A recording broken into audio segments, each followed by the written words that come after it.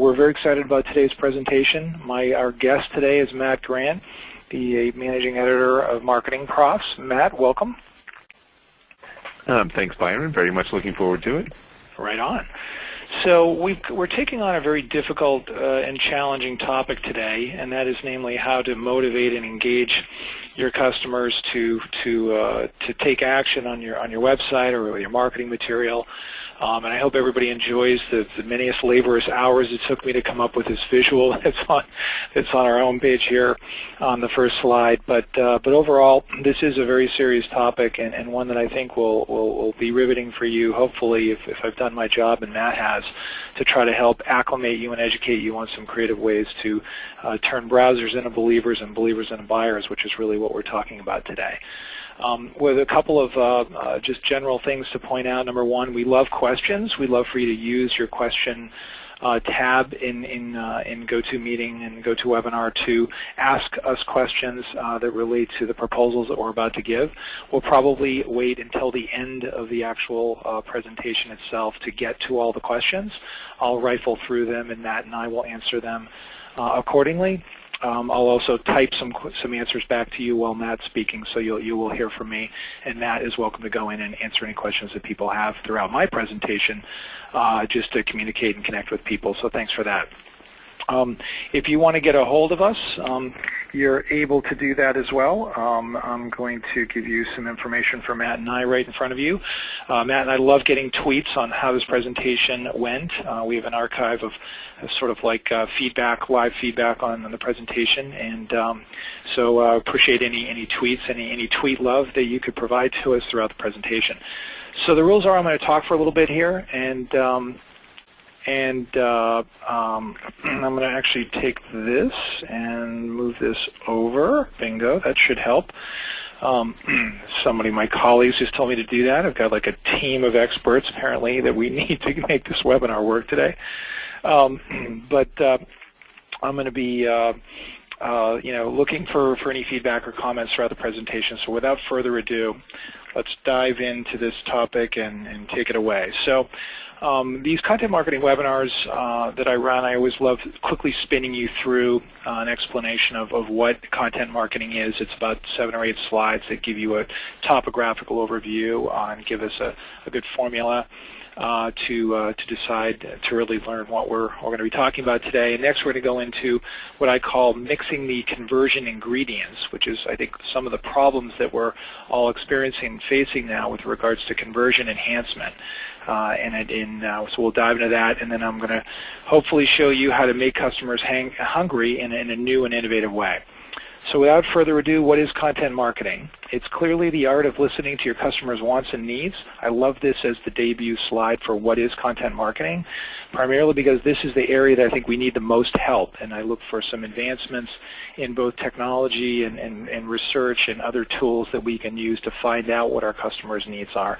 But that's really what's holding up this momentum of quality content at the moment.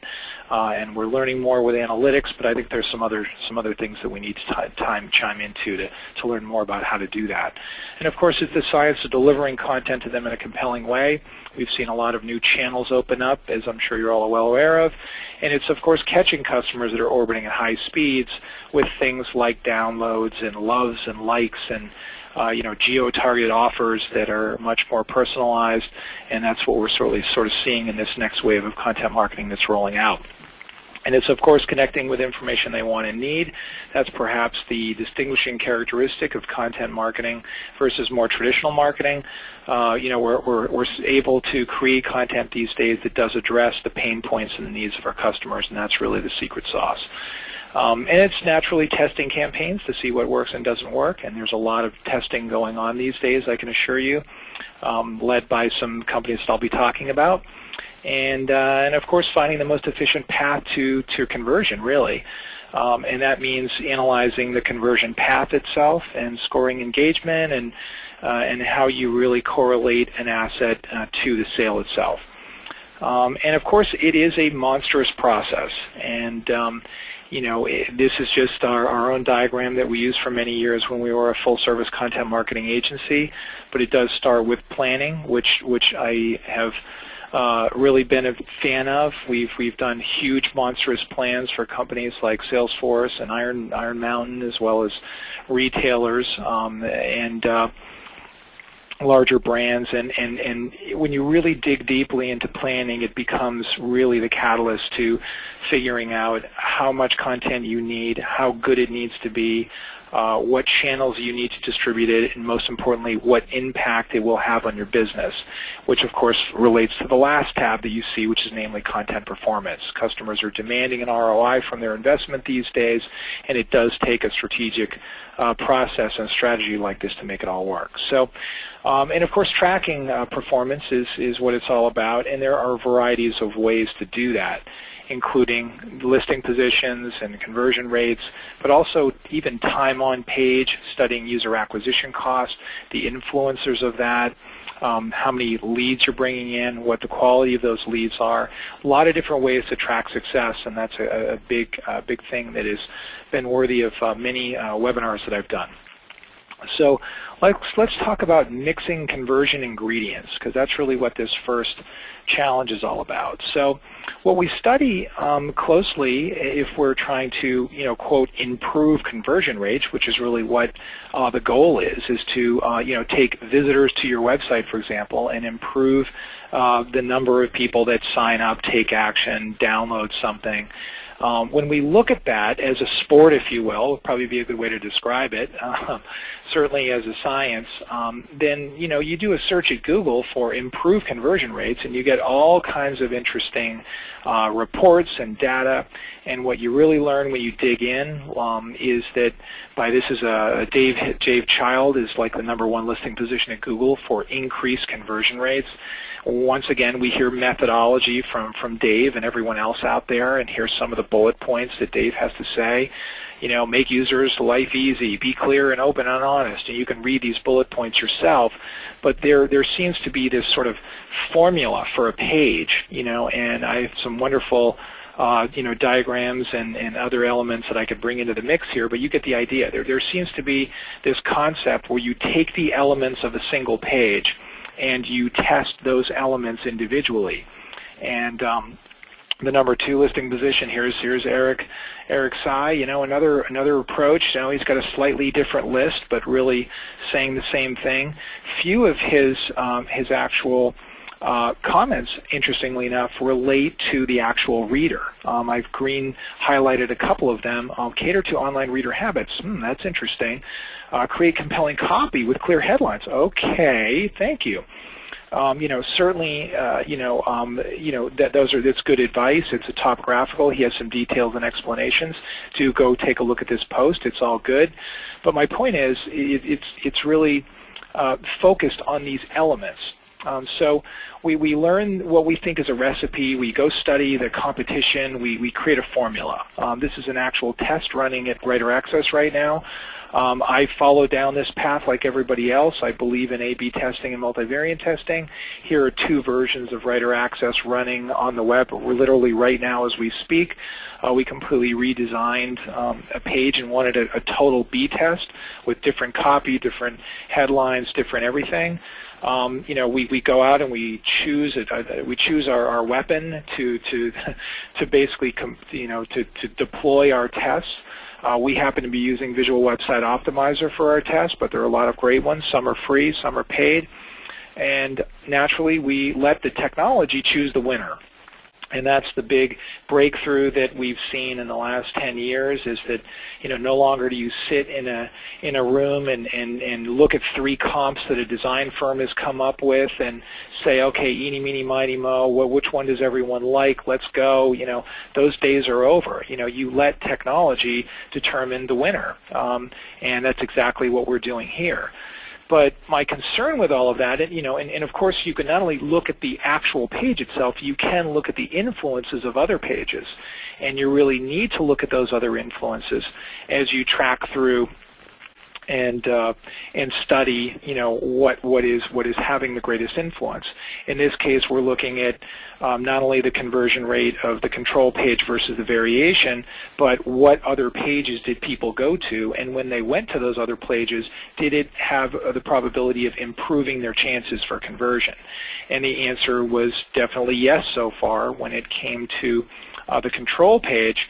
It did have a positive influence, and we could talk more about that later. But we're looking at science. The problem with all of this, what's wrong with this testing and mixing approach, and the typical answers that everyone says are, okay, there's a glass ceiling, there's only so many changes I can make, there's only so many different headlines I can come up with, different images. Other challenges are there's a longer purchasing cycle. So, it might take 6 months for someone to convert finally. If you're selling a $100,000 product, they may visit your site 100 times. When they do finally make a conversion and make a purchase from you for a longer purchase, do we really know what influenced them? Can we study everything they've read on your site? How do we bring your blog and the style of your blog content into their decision-making, abilities? Do we really learn why customers buy when we look at this pure single-page mixing approach, even when we bring in other elements?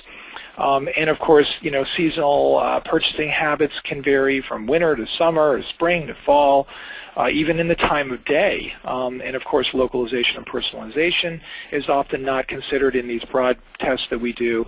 And of course, as you continue to redesign your site and revamp it, is there a potential turbulence problems with your brand moving all over the place as far as the look and feel is concerned?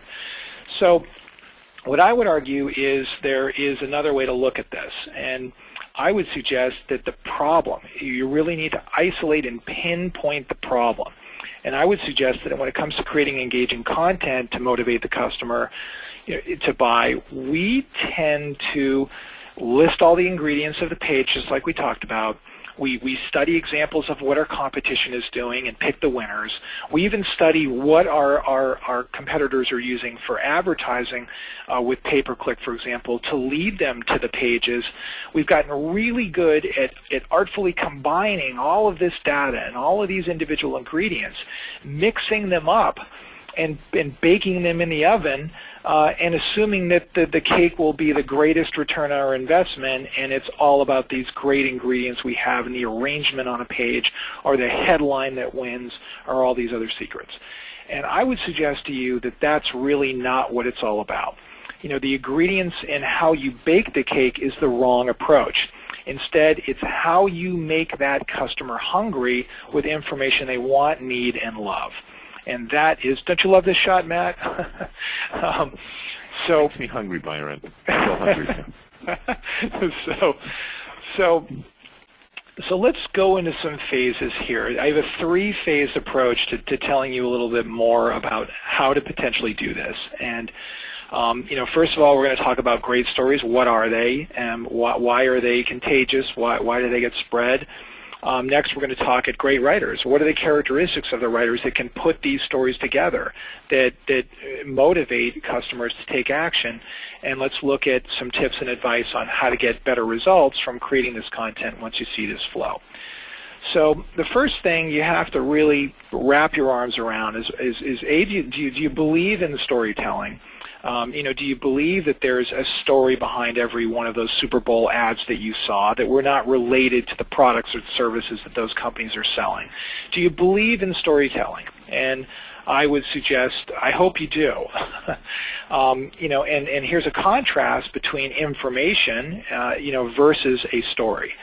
And naturally you can read this yourself, but I would argue, information is flat, it's promotional, it's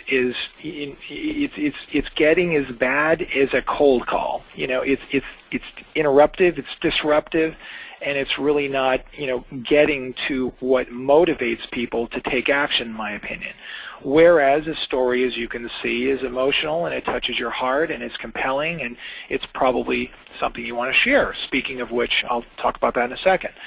So what are characteristics of a story? They tend to introduce great characters. They're contagious. They focus on what happens next. And that's the real key, by the way, is what happens next. And when you look at any good story, it tends to not open with telling you everything that you're about to read, but it intrigues you and brings you into the story, and that's really what people focus on. They want a story. They want to learn what happens next. They don't want a diarrhea up front of everything going on. But of course, great stories also teach us to be smart, and they offer some surprise and delight, which we all know is a welcome relief from the monotony of the day that we go through and answering our emails all day, every day. So what do stories deliver that we want and need? I would suggest credibility, belief, and logic. And as you think about your company, by the way, as you go through this checklist, you start really perhaps thinking about your company in a much different light. What are you doing on your website to build credibility, belief, and logic? Are you exposing your readers and your prospect customers to some brave new world? Are you touching their heart with humor or some emotion that connects with them? Unlikely you're bringing intimacy or mystery or bravery into it, but it is possible to do that, and those are stories that people will tend to tell over again, and at least bringing in surprise and delight. Are you doing that on your website? The chances are probably not. Maybe a few elements of these, and I would argue that needs to change. So there's a great study done by the New York Times Customer Insight Group, which dug very, very deeply after extensive research and review on why people share. And this is pretty interesting because I think stories get shared for these very reasons that we're going to go over here. So we share because we bring to bring valuable and entertainment to others, certainly on Facebook. I'm a big fan of Matt's Facebook posts. He always entertains us and enlightens us with things that are real but also clever. But we also share because we want to define ourselves and define ourselves with other people online. And align with them and comment on them and stand behind them and reciprocate when they're commenting us. We want to comment with them. And by associating ourselves with other people, we're really defining who we are. We certainly want to share because we want to help our friends and our fans, grow, and we want to nourish any relationships we have, especially online. We want to exhibit, connection to the world. We want to show that we want to chime into a conversation or, a conversation happening, that we're connected. That was hard to do prior to, Facebook and Twitter and all these other social interactions. We needed other outlets to do that, but now it's here. But we also share because we want to show support for a brand or a cause. And I think that's really enlightening here when we think about sharing and the importance of sharing these days and why people share. I think people are willing to get behind brands, but only if those brands are doing things that are innovative, clever, and reflective of who they are. So that's my thought for you. So the second thing we're going to talk about is writers here, right? So writers are certainly, the people that put stories together, and they understand how to look at web readers differently than just normal readers. Web readers need specific things. They're in a hurry. They love personalization. They crave advice from authorities. They want up-to-date, relevant, straightforward information. So understanding web readers is certainly a piece of this puzzle. But they also know how to shape perception. And the best writers really understand the answers to these questions. What's worth living for? What's worth dying for? These are the questions that good journalists live and breathe and die for. They want to get that story, and they want the story to shape some perception for their audience. And by finding those elements of the answers to these key questions, they're finding the stories that will get passed on. Great writers also understand the paradox of choice. There's a great book called The Paradox of Choice by Barry Schwartz. I highly recommend it. In that book, he really talks about, walking down the aisle of your average grocery store these days and realizing how many different variations there are for chips or laundry detergent. This is an expansive age. It's only getting more and more expansive. And on a total side note, I believe in the whole micro manufacturing concept that's sweeping I believe, the U.S. these days, and having smaller run sizes and smaller businesses producing phenomenal products that far exceed what you can buy with mass production in places like China.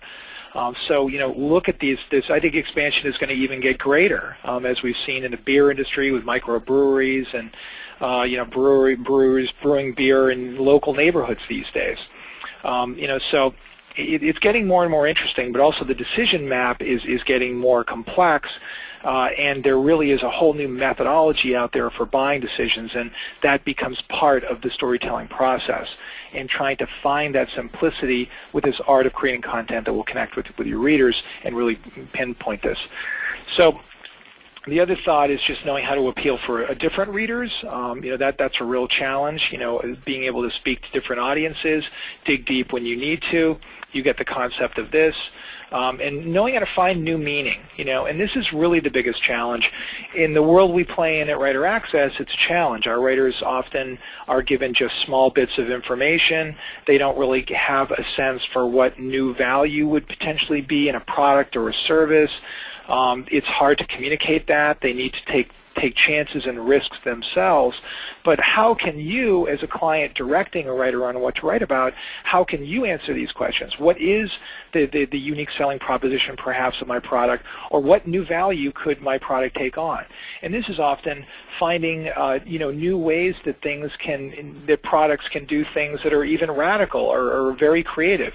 And our favorite example of that is the blender guy, puts an iPhone and blends it up to show the power of the blender, right?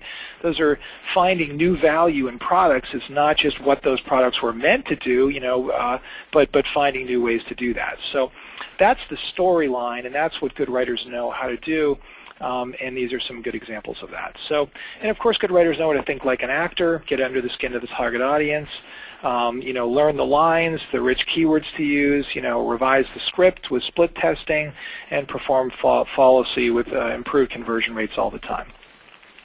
And, so these characteristics of these storytellers, well, they tend to be, well-traversed. I think that's a good experience, not necessarily traveled, but well-traversed with their experience. They have a curiosity for everything. They have a good wit and a good sense of humor. And, the more I think about this, is like a description of Matt. I've known Matt for a while, and he has all of these characteristics. But, there are characteristics of these writers, and that's the important thing, and these great storytellers, so find them and align yourself with them.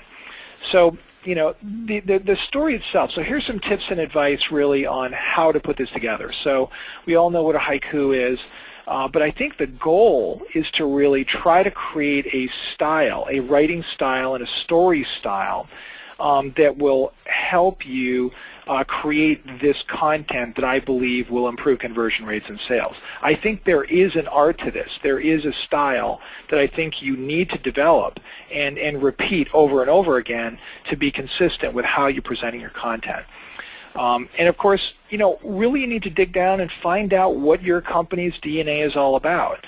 Guy Kawasaki's, The Art of the Start talks a lot about that. Forget about your mission statement, which tends to be generic and driven towards the interests of your shareholders and or investors. Come up with a mantra, and that mantra can be your storyline and carry your business, and your stories, through the future with a theme that can resonate well throughout. It doesn't mean that you have to have all of your copy talking about saving babies in the case of March of Dimes, but that cause becomes the catalyst for what you do and the stories you tell to your target audience. Next, I would say, take on risk, take on creative risk, and try to empower your writers and your storytellers to make teeth chatter, probably unlikely, but certainly to make people laugh and to touch the heart. And there's some very creative ways that we'll talk about how you can empower them to do that. And you need to find the story within your company, and that's one of the elements that I was just talking about. So, you certainly can go to your search box and find out what people are searching for, look at the frequency of those searches. You can try to get a list of frequently asked questions from your customer service. find out the pain points of your customers and create stories around those pain points. You can look for discussion with customer service reps and talk with them about the emotion that might not come out in a cold list of questions, but might be something that resonates through them on particular interactions they've had with customers that were passionate about something. Talking with customers, of course, as well, and even customers that leave you or make decisions to move on. What didn't they like about you? Those are great stories to build answers to those stories and other potential obstacles. So I like this bullet point. See my big sheet from PR Web. Okay, so I did a webinar with PR Web, and here's the sheet right here. So this particular slide got a lot of. I was asked by PR Web to just do a Byron idea board, if you will, for how can we find stories within our company. In the left column you see is really your standard list of assets, content assets that you create for a company. But the other two columns were just some creative ideas that I thought were interesting that I just popped in my head in preparing for this webinar that I did to a really big audience over there. So, are there green initiatives in your company? Do you have any employees that have remarkable stories? Do you have some policy that's really interesting about your company? We've heard about beer carts over at Yahoo and other creative elements that become stories with employees. Crazy sales managers or other people in the company that are fun to party with. Those are stories that are told amongst your employees. Why shouldn't they be told to prospect customers to get a feel for your company and what you do? Even record sales and things to get excited about. Military service of any of your staff. You need to find those stories that are potentially stories that could be shared. That's really the goal, and that's the element that makes your company great. So, these are some classic spin selling techniques that I've been preaching for many years, but how can we turn these spin selling techniques into storytelling? So one of the spin selling techniques is looking at this funnel, the preliminary funnel where someone's coming in and there's a first impression, and so look at headline architecture, right? So what if the copy read, hey, you're scared, you're not alone. Other customers have been scared and looking at this page. These are, but let us tell you how we got over that. So connecting with people and presenting stories to them at these various elements are really quite interesting for you to consider, I believe. And so I just bullet pointed a few examples there that you can read on your own. And really sharing stories, how do you do that now? And there you need to have a very creative way on your site that you can share these stories that people are reading and picking up on and enabling those stories to be passed around. So I love this quote because, you really do need to hire great storytellers, and I would bring you to a quote that I've brought back to life many times that David Ogilvy said, and that is, namely, if we hire people that are smaller than us, we will become a company of dwarfs, but if we hire people that are bigger than us, we'll become a company of giants. So if you think about your storytellers, I would argue hire really tall, big storytellers, which fits perfectly with Matt, who's a very tall guy. So that's the end of my presentation, everyone. I want to turn things over to Matt. You can go to idealaunch.com/101 to download a quick free copy of my book if you haven't already. And I would leave Matt with a wonderful template, which is, a couple of quotes here that you can read real quick. But, writing is easy. All you do is sit and stare at a blank piece of paper until the drops of blood form on your forehead. So the point of these two quotes is writing is challenging. It is difficult. So let me turn things over to Matt, who will tell us from a writer and an editor's perspective and a guy who manages lots of content, exactly what it's all about from Matt's perspective. So Matt, without further ado, I'm going to turn things over to you. Thanks very much for joining us today. All right, and thank you, Byron, for inviting me to join this call, and thanks everyone for tuning in today. And let me just put my slides here in full screen. So picking up on what Byron was talking about and trying to follow through on this making your customers hungry concept, I put together some thoughts on whetting your customers' appetite. Before I jump into that, just a quick less than 30-second commercial on Marketing Profs. If you haven't heard about us, we're an online resource serving hundreds of thousands of marketers with tons of articles and stats and podcasts and blog posts and slideshows and graphics and everything you need to actually help you in a very practical way get better at what you do as a marketer. And actually, I wanted to point out one other thing about this slide, which is when you go to marketingprofs.com, you'll get greeted with this, what's new on Marketing Profs? And so we lead with questions. And so my very simple, big or small idea today is that the way you whet your customers' appetite is with questions. Human beings we're programmed to respond to questions. When we hear questions, we want to answer them. I think the way to think about this in Daniel Pink's most recent book, To Sell is Human, he talks about the questioning pitch. You know, a lot of times when people want to go in a pitch, we're going to say we're the greatest, we're the fastest, we're the biggest, or whatever, and the most appetizing. But he suggested that sometimes it can be much more powerful to pose a question. His example was when Ronald Reagan was running, this may be before some of your time, but when Ronald Reagan was running against Jimmy Carter, one of the things that he continually hammered away at was this one question: are you better off today than you were 4 years ago? Now, he knew that most people would say no, that the economy wasn't doing that great, people felt like they were worse off. But just by posing this question, it immediately gets people thinking about the answer and kind of filling in the blanks for themselves. So you should never underestimate the power of questioning. And on the flip side, the power of provoking questions within the minds of your audience. So one of the things to think about with your content and to try to figure out how your content not only piques people's curiosity, but draws them into your sphere, makes them want to explore, makes them want to discover more of what you have to offer. You need to think about, what is my content doing to provoke these questions? Like the most obvious questions, and how did they do that? You show them something amazing, and you get them to think about how did they do that. As picking up on what Byron was just talking about, what the story was, just getting people to ask, wow, what's the story here? The humans want to know what's happening behind what they've just seen. You show them an image of something that doesn't make sense. You go around in your office and take pictures of weird equipment you have or something like that. Get people to guess, what is this? This is something that is going to pique their curiosity and whet their appetite and get them to want to know more about what you have to offer. What's the story here? They're so curious. They want to know.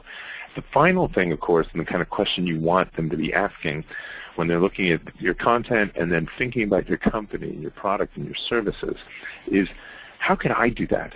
You want to suddenly become part of their story, of their narrative. Wow, this company just gave me an idea of what I could do differently, how I could get better, how I could improve my relationships with others, how I could improve the performance of my company by showing them ideas of what they could actually be doing with your product or service. So, of course, that's a lot of words, Matt. Let's see something. Now, I'm very focused lately and been thinking a lot about sort of visual storytelling. And so I'm going to have some examples here to show how this provocation and this invitation to questioning and this piquing of curiosity can play out. So here's an example. My first example. Now, L'Oreal, you may have heard of them. They're a gigantic cosmetics company. And they have a product called DermaBlend Pro. DermaBlend Pro is a covering, it's like I guess maybe they used to call it vanishing cream. It's a kind of, it's a cream that helps you cover up things like if you have a birthmark or if you're a very prominent birthmark or you have a scar or something from surgery and you're trying to, wait for it to heal and you're trying to obscure it for the time being. So this was a product that they Initially, it was mainly recommended by people, two people from their dermatologists, and they were trying, or L'Oreal wanted more and more people to know about this product. So they had worked with their agency to produce a video. And the video starts out, as you can see, it's already had 12 million plus views.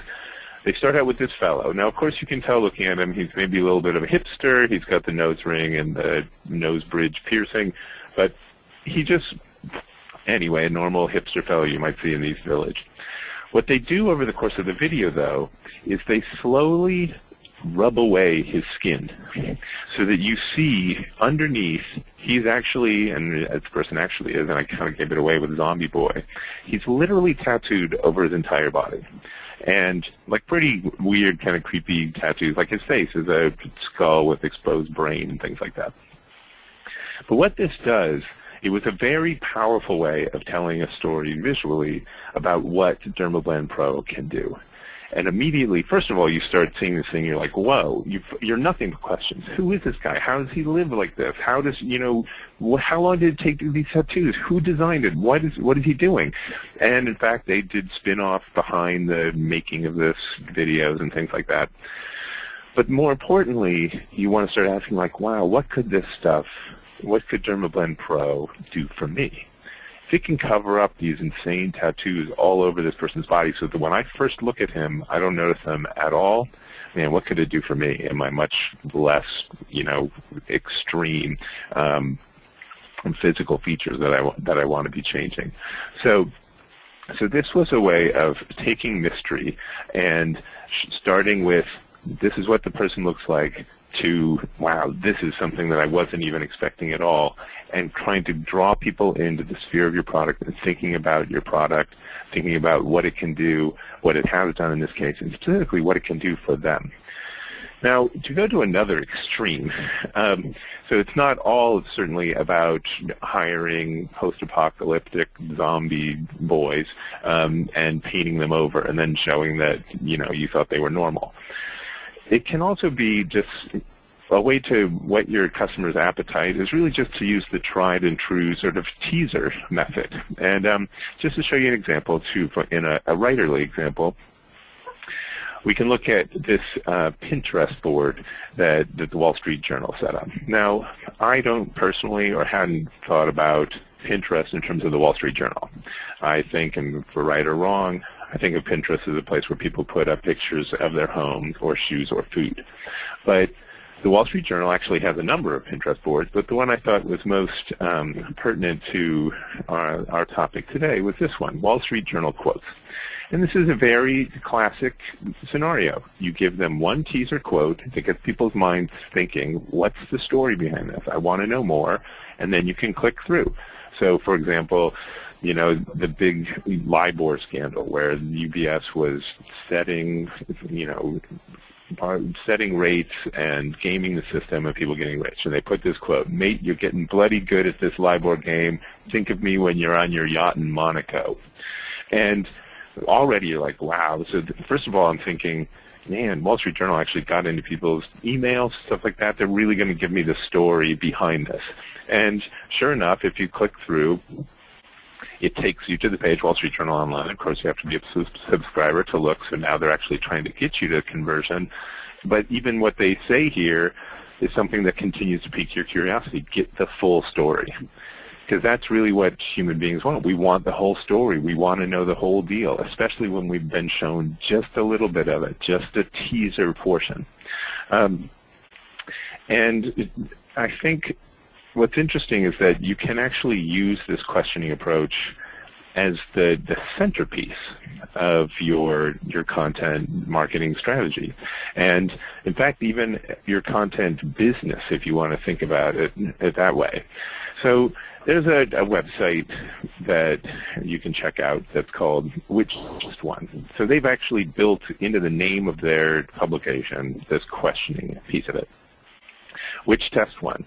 And the concept, and this also kind of goes back to what Byron was talking about right at the top in terms of conversions and testing and everything, and there's this whole focus and people want to know how to do it right.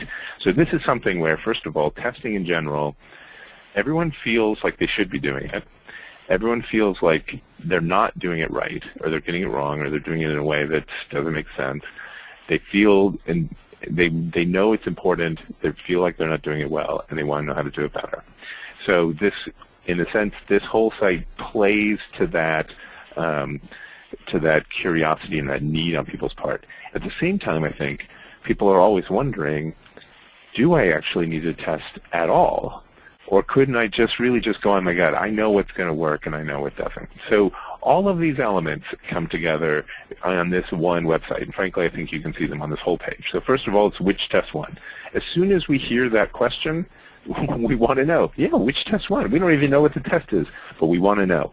So what they do, the whole site is devoted to looking at A/B and multivariate tests and asking a very simple question, which test won? And they use tons of questions to pull you in here. So first of all, the bullet copy test. This is a classic.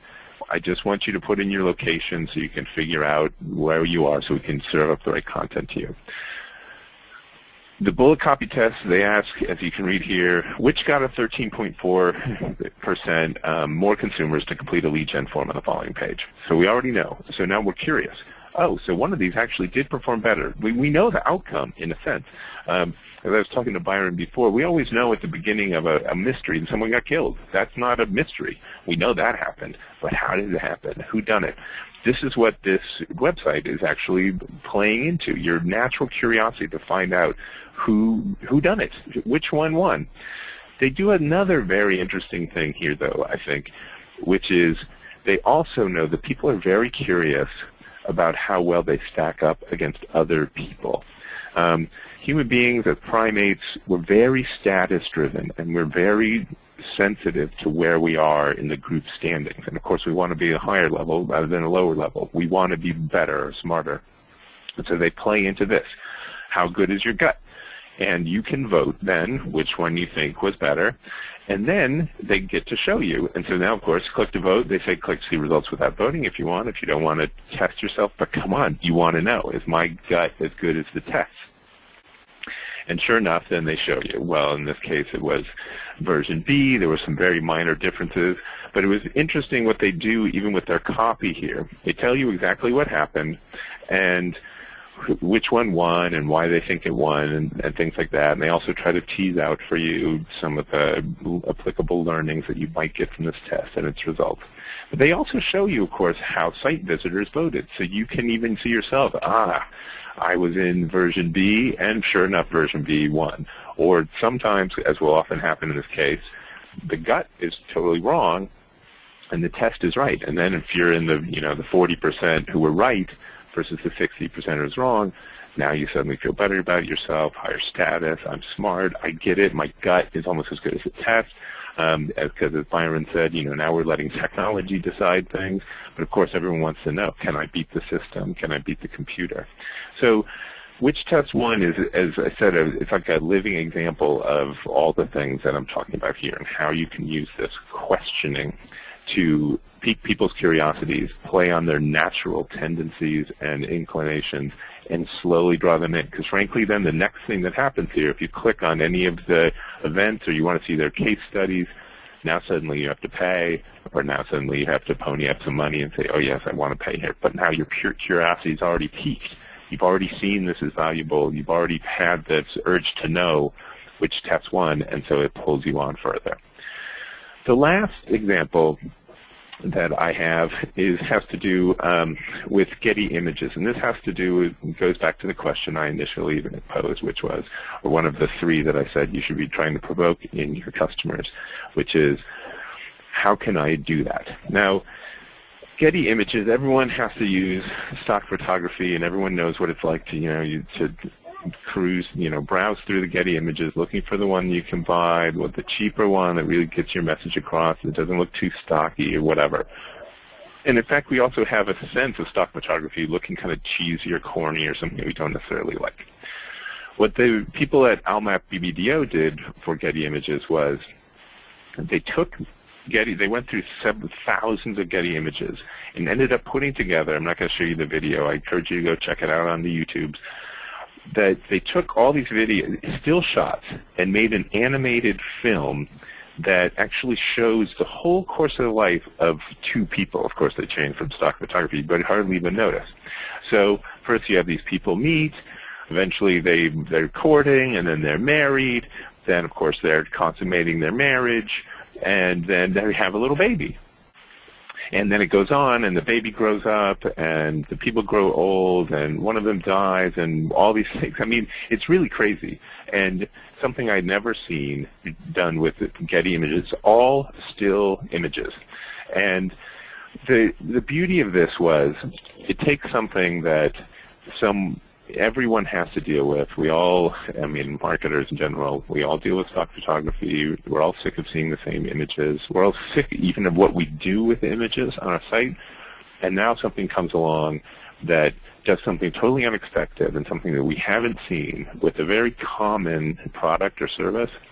And then it gets us thinking, wow, I never thought about that. I never thought of how I could do that, or all these different ways that I could be using Getty Images to tell a story, to engage my visitors, to get them to think about, wow, how did they do that? Or I never thought of doing that. Or, man, if I work with them, maybe I could do that too.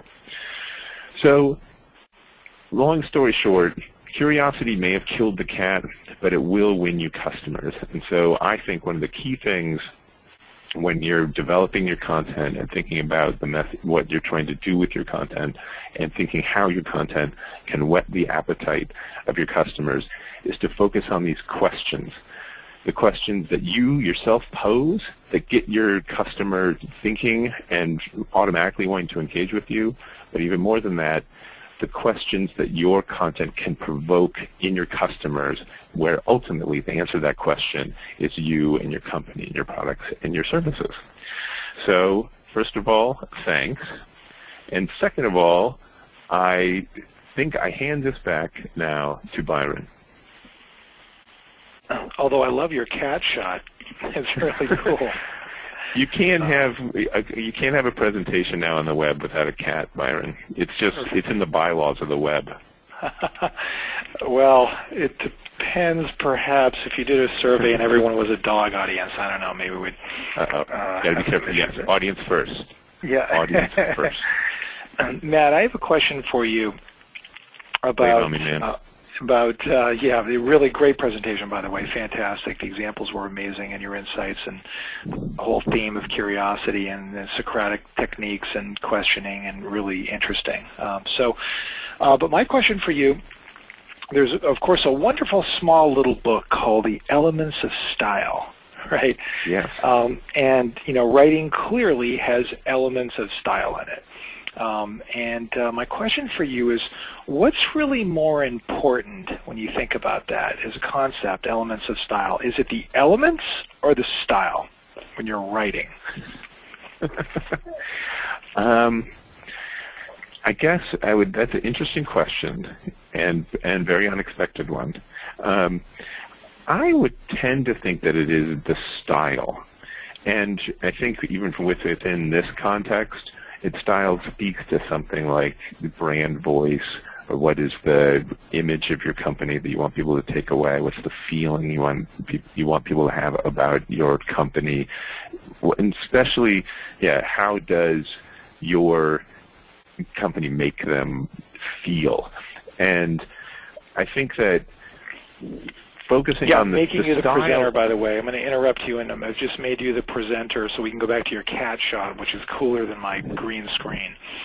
And someone's so if you can put your cat shot back up, that would be cool. Yes, I will put the cat shot right back up. Basically, long story short, I believe that is the style.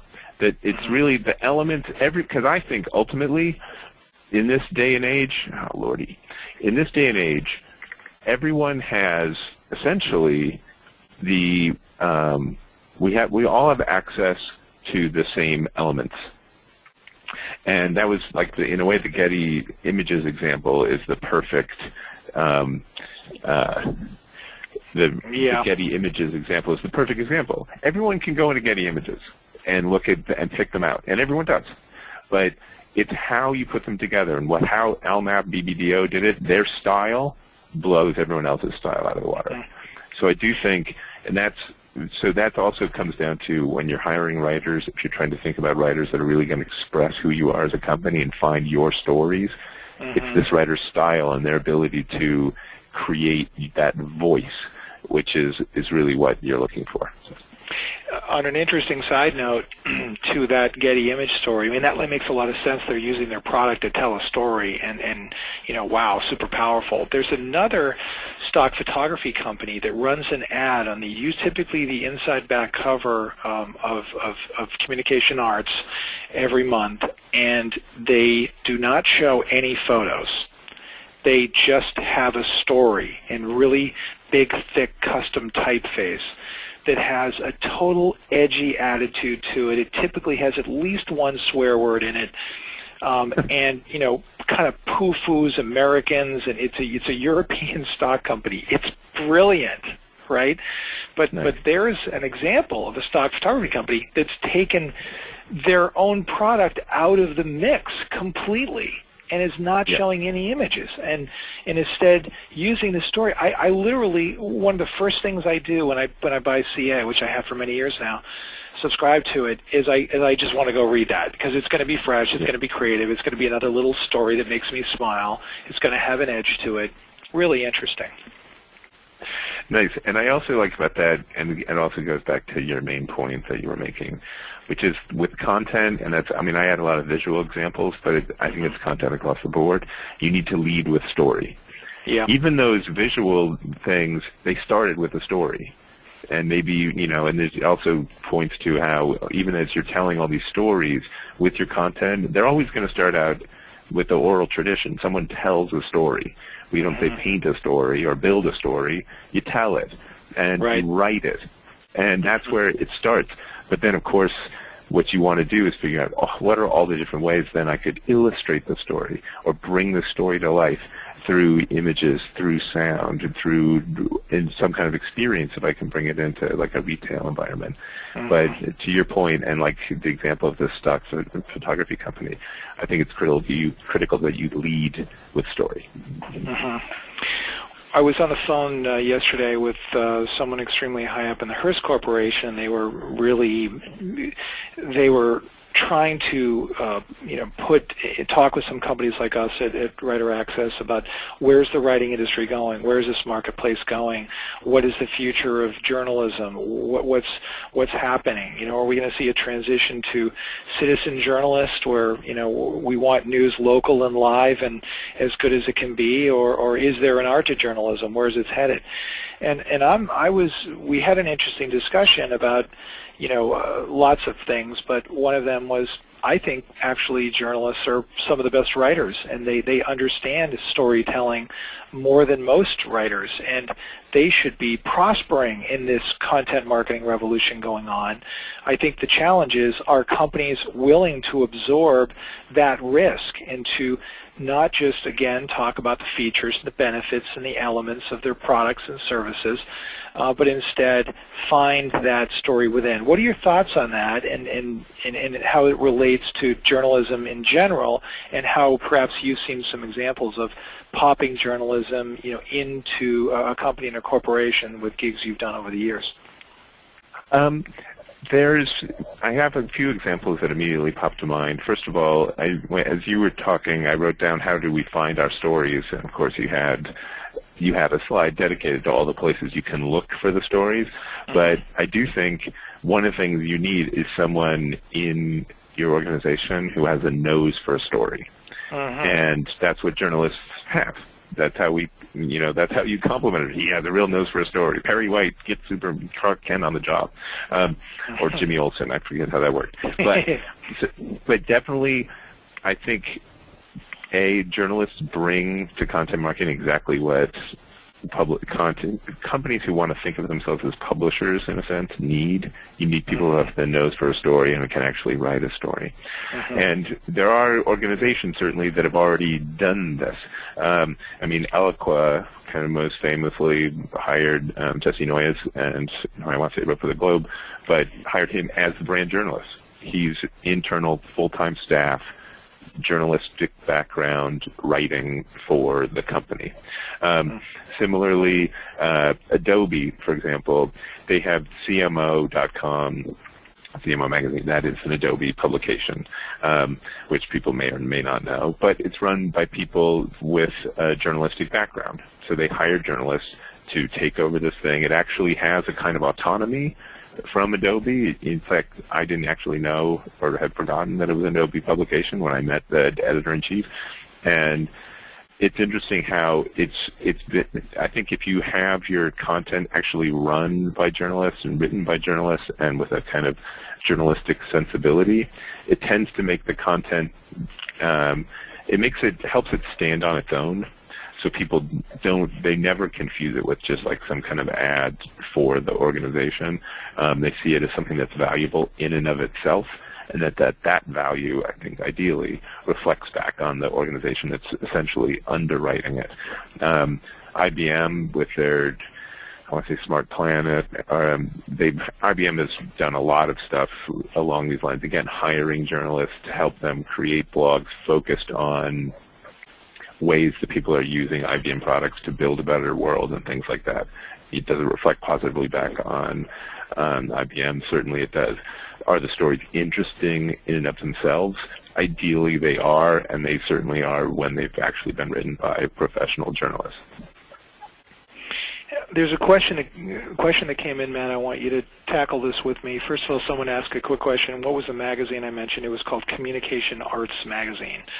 Yes. Probably the greatest and most popular magazine with graphic arts professionals, designers, illustrators, photographers. It's the Bible. It's the Bible. Plus, it's a beautiful publication. It's pure happiness. That's how I describe it. When it arrives every month, I just like, wow. The ideas, that can be generated from the ideas that you see, and then the commercial work printed is just amazing. So please become a fan of that if you're serious about marketing in general. But Jeff had a really good question. Should the stories move the buyer through the sales funnel, or should it be geared towards the end result? We are a residential new home builder, so it takes a long time for them to make a buying decision. Do you have any creative thoughts on that, Matt? I would say especially in any situation where you have a long buying cycle, that the content, ideally you want it to be moving people along the funnel.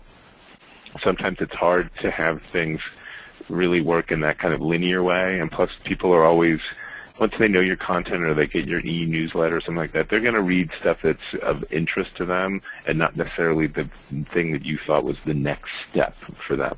But the key part then is, I think, it's to keep them on the line. It's to keep them engaged. So first, I mean, your whole content plan, as Byron, as you were pointing out right at the very top, your whole content plan has to be constructed with this end state in mind. I want them to purchase from me. They're not this, and you also want to map out, which you can sometimes, but maybe sometimes you can only do retroactively. You can find out, the person who downloaded, a lot of times they downloaded this pricing information, or they downloaded a buyer's guide that compares different products in your space.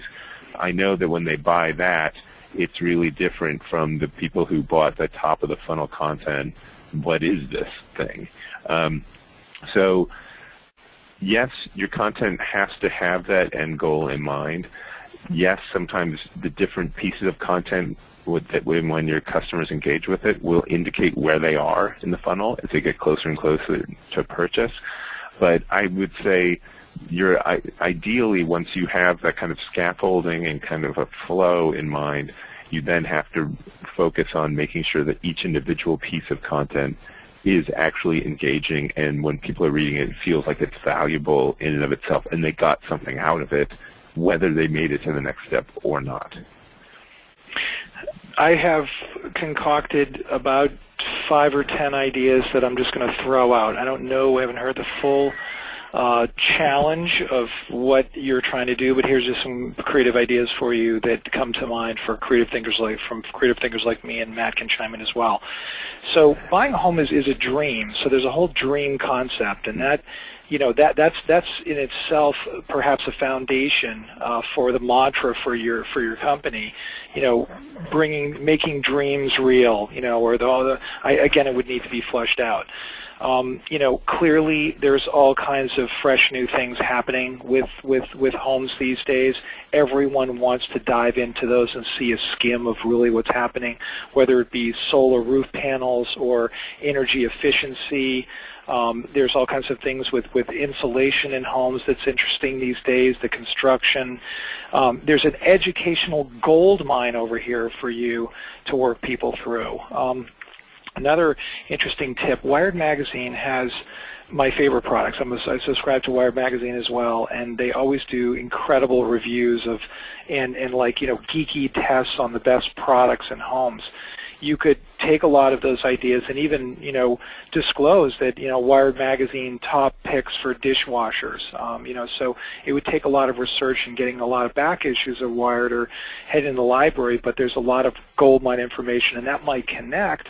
Wired Magazine, namely, might connect with some of your buyers. So what magazines are they subscribing to? What are their interests? So there's another idea. So also just, questions to ask a developer that you're interviewing to build your house. That alone would be like a cheat sheet of what to ask. Also, in your comment to us, you said that there is sort of a long buying decision. Well, what does that look like? Could that be diagrammed? Is there an infographic of the things you should get accomplished, through this journey with the prospect customers? And that could be tied into potential emails of things you should have accomplished or decided by now to stay on track, for the final product being delivered on time. This old house is a favorite, but just connecting yourself to some of this old house stories, maybe going in and finding all those archived YouTube videos and getting an intern or somebody to kind of log in what's going on with each of the episodes and guiding people to those cool stories. It just connects your brand with another brand that you might believe in, namely a PBS brand. So those are just a few ideas of how to do it. But I think the point of what both Matt and I says is it's not about bringing them through the sales funnel and thinking about the sales funnel. It's thinking about the problems they're experiencing and making their decisions. And so the sales funnel is, even using the word sales turns me off. It's more like the decision funnel, and that's how you have to think about information. Hopefully that helped. Yeah, and the one thing I wanted to emphasize, the only other thing I wanted to emphasize was your focus on education, because that's what I was thinking too. Building a home, buying a home, there's so many aspects of it where people have trepidation about it. They feel like they don't understand. From the laws and permits and legalities of building things to financing and what are all these different mortgages and all these other things. So that any system where, as you said, when it's a long buying process, that usually means there's some complexity to it. And whenever there's complexity, there's an opportunity for you to focus on educating people and helping them negotiate that complexity. Right on. Well, we've reached the end of the hour. We've reached the end of the hour. The questions were great. Thanks much for that. And I think, Matt, it's been a pleasure, being in this session with you. Thanks much for your great ideas and the time you put into the presentation. Yeah, well, thank you very much for inviting me on, and thanks everybody for tuning in and sticking around to the end. Matt, how can people get a hold of you if they need to get access to your rich information over there at Marketing Profs? First of all, you can go check out marketingprofs.com.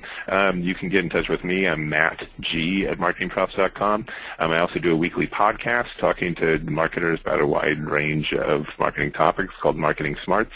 You can check that out at marketingprofs.com or in iTunes. Or, as Byron pointed out at the very beginning, on Twitter, I am Matt T. Grant. So 3 T's there in the middle, and I try to share as best I can on the Twitters. Right on. Hey, thanks again for tuning in, everyone. Until next month, I hope this was made your marketing life a little smarter, better, faster, or wiser. We'll see you next month, everyone. Thanks for tuning in. Thanks, Matt. Thank you, Byron. Cheerio. Thanks, everyone. Bye-bye.